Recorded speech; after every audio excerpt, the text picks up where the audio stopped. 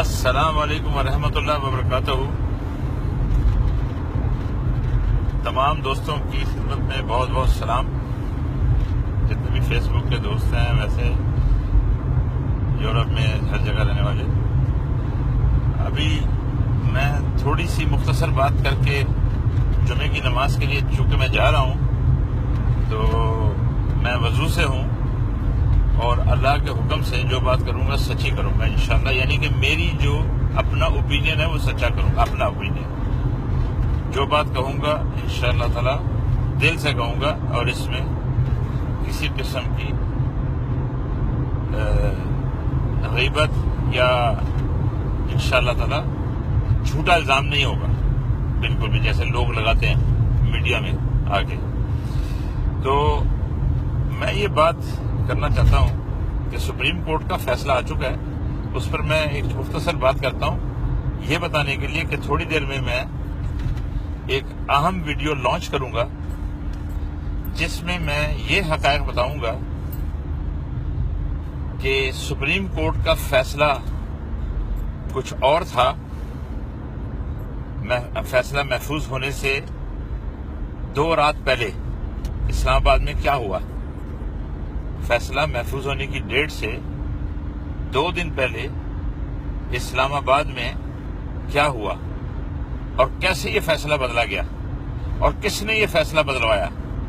میں یہ حقائق لے کر تھوڑی دیر میں انشاءاللہ جمعے کی نماز کے بعد، یہاں پر یورپ میں ابھی ٹائم 25 منٹ کے بعد جمعے کی نماز کا ٹائم ہو جائے گا، تو انشاءاللہ تعالی میں آپ کو بتاؤں گا کہ کیا واقعہ ہوا تھا، جو جہاں پر 3 جج فیصلہ لکھ رہے تھے، اور کون لوگ آئے تھے سپریم کورٹ کی عمارت میں رات کے 1 بجے اور 1:30 بجے، اور کنہوں نے یہ فیصلہ تبدیل کروایا، اور کون لوگ تھے وہ، اور کس کا مکالمہ، کس جج کی تو مہمہ ہوئی ان لوگوں سے، اور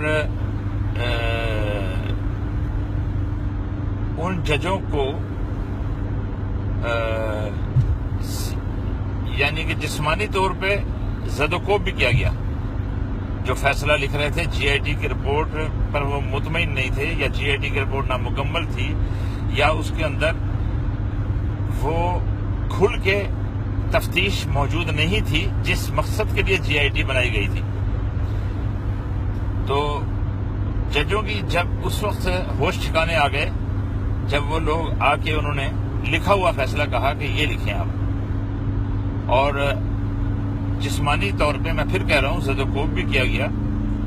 میں نے یہ بات اس لیے پہلے ویڈیو میں نہیں کہی کہ جس شخص نے مجھے یہ اطلاع دی تھی پاکستان میں، یا جس بندے نے، یا جس کی اس معلومات تک رسائی تھی، اس نے مجھے منع کیا تھا کہ فیصلہ ہو سکتا ہے آخر میں جج صاحبان اکا کر کے، اتحاد کر کے تبدیل کر دیں، پھر جیسے پہلے جسٹس افتخار چودھری نے حلف اٹھا لیا تھا مشرف کے کالے قانون کے تحت، لیکن بعد میں وہی جج پھر مشرف کے خلاف کھڑے ہو گئے، اور ان میں اکا ہو گیا، اور وہ ایک ہو گئے، حتیٰ کہ مشرف کو خطرہ محسوس ہوا ان ججوں سے اور افتخار چودھری سے کہ اب تو یہ وہ لوگ جنہوں نے میرے کہنے پہ حلف اٹھا لیا تھا میرے کالے قانون کے تحت، مارشل لاء کے قانون کے تحت، یا سمجھ لیں فوج کے قانون کے تحت، تو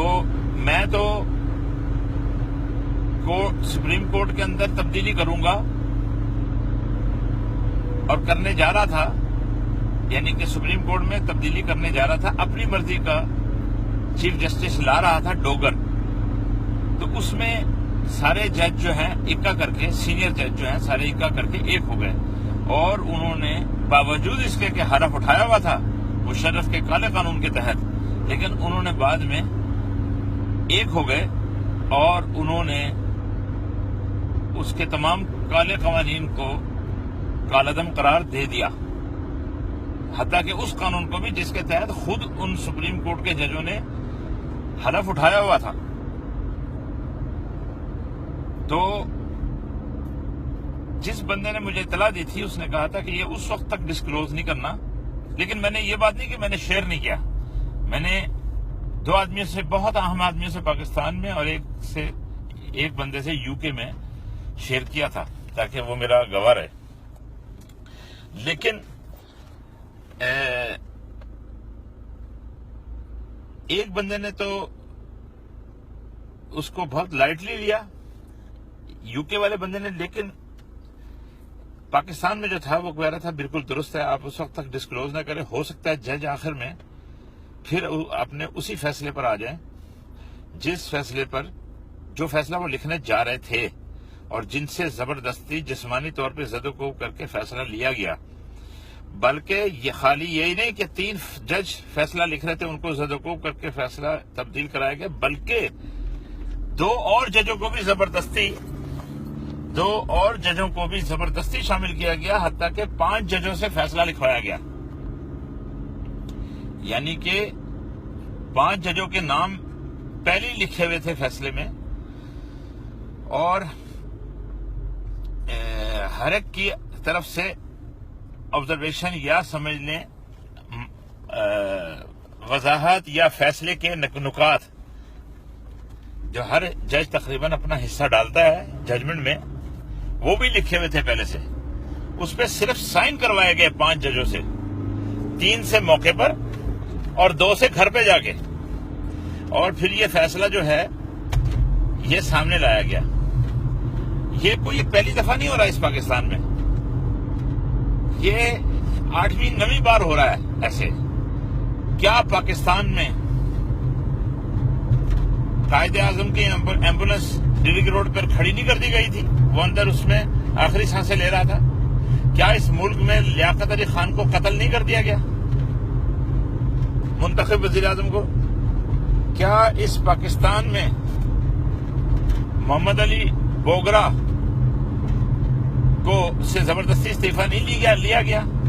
بنگالی وزیر اعظم حسین شہید سہروردی، ان سے زبردستی استعفیٰ نہیں لیا؟ سب جانتے ہیں کون لیتا ہے استعفیٰ اس پاکستان کے اندر. استعفیٰ کون لیتا ہے، کون سی طاقتیں لیتی ہیں، کون سی قوتیں ہیں جو اقتدار مافیا جو پاکستان کو نوچ رہا ہے مسلسل 1952-53 کے بعد سے. حسین شہید سہروردی کے علاوہ خواجہ ناظم الدین بنگالی وزیر اعظم، اس کو کھڑے کھڑے گالیاں دے کر کس نے نکالا منتخب وزیر اعظم کو حکومت سے. اس کے بعد ظفر اللہ جمالی سے استعفیٰ زبردستی لیا گیا، جنیجو کو چلتا کیا گیا، کمزور سے کمزور وزیر اعظم کو چلتا کیا گیا اس ملک کے اندر سے. اس کے علاوہ ذوالفقار علی بھٹو کا جوڈیشل قتل کیا گیا. ہمیشہ سپریم کورٹ اعلی کار بنی، ہمیشہ پاکستان کی تاریخ اٹھا کے دیکھ لیں، کبھی نظریہ ضرورت؟ کیا سپریم کورٹ کے جج اپنی گود میں اپنے بچوں کو بٹھا کے، اپنی ماں جن کی بیوی بچے نہیں ہیں، شادی شدہ نہیں ہیں، یا رنڈوے ہیں، یا ان کے بچے نہیں ہوئے، بے اولاد ہیں، وہ اپنی ماؤں کو لے کر آئے ٹی وی پر، ان کے سر پہ ہاتھ رکھ کے کہیں کہ انہوں نے یہ فیصلہ نہیں بدلا؟ کیا انہوں نے یہ فیصلہ نہیں بدلا؟ جو لکھا ہوا تھا کیا وہ یہی فیصلہ تھا؟ نہیں، وہ کہیں گے نہیں. لیکن ان کو بندوق بردار بدماشوں کے آگے کون بولے ان کے آگے؟ ان ہاؤس تبدیلی انہوں نے کی شوکت عزیز کے ذریعے، ان ہاؤس. یہ بھی بدماشی انہی کی تھی، انہی لوگوں کی تھی جن لوگوں نے ذوالفقار علی بھٹو کا جوڈیشل قتل کیا. اس کے علاوہ جتنے وزرائے اعظم گزرے ہیں، میرے پاس لسٹ ہے، میں تھوڑی دیر میں آ رہا ہوں انشاءاللہ، اور میں پردہ اٹھاؤں گا کہ کس دن یہ واقعہ ہوا ہے. جب فیصلہ محفوظ ہوا تھا، وہ فیصلہ اصل میں کیا تھا جو لکھنے آئے تھے جج، یعنی کہ فیصلہ محفوظ بھی جو تھا وہ بھی اس فیصلہ ان ججوں کا نہیں تھا، یعنی کہ جو فیصلہ محفوظ کرنے سے پہلے لکھنے آئے تھے وہ اسی دن سنا دیتے فیصلہ. وہ فیصلہ اٹھا لیا گیا رات کے 1-1:30 بجے، کیونکہ جج صاحبان نے سمجھا کہ شاید ملٹری انٹیلیجنس سو رہی ہے، شاید آرمی کے جنرل سو رہے ہیں، ان کو نہیں پتا چلے گا کہ سپریم کورٹ کھلوا کے رات کو 1-1:30 بجے وہ فیصلہ لکھنے آئے ہیں تو وہ پرسکون رہیں گے یا وہ سکون سے فیصلہ لکھ سکیں گے.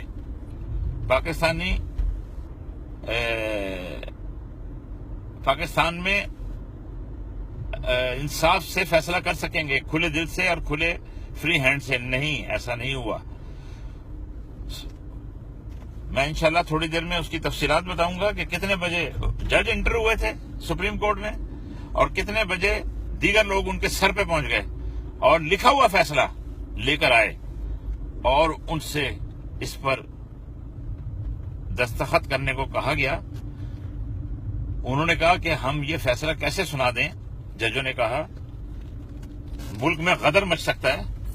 آپ کو بے نظیر کے اندھا دھند قتل سے کے بعد حالات معلوم ہیں کہ کراچی میں کیا ہو گئے تھے، سندھ میں کیا ہو گئے تھے. سندھ پاکستان سے علیحدہ ہونے کی تیاری کر رہا تھا. حالات بہت خراب ہو گئے تھے جس پہ زرداری نے بھی کہا تھا کہ پاکستان کھپے، آپ کو یاد ہوگا.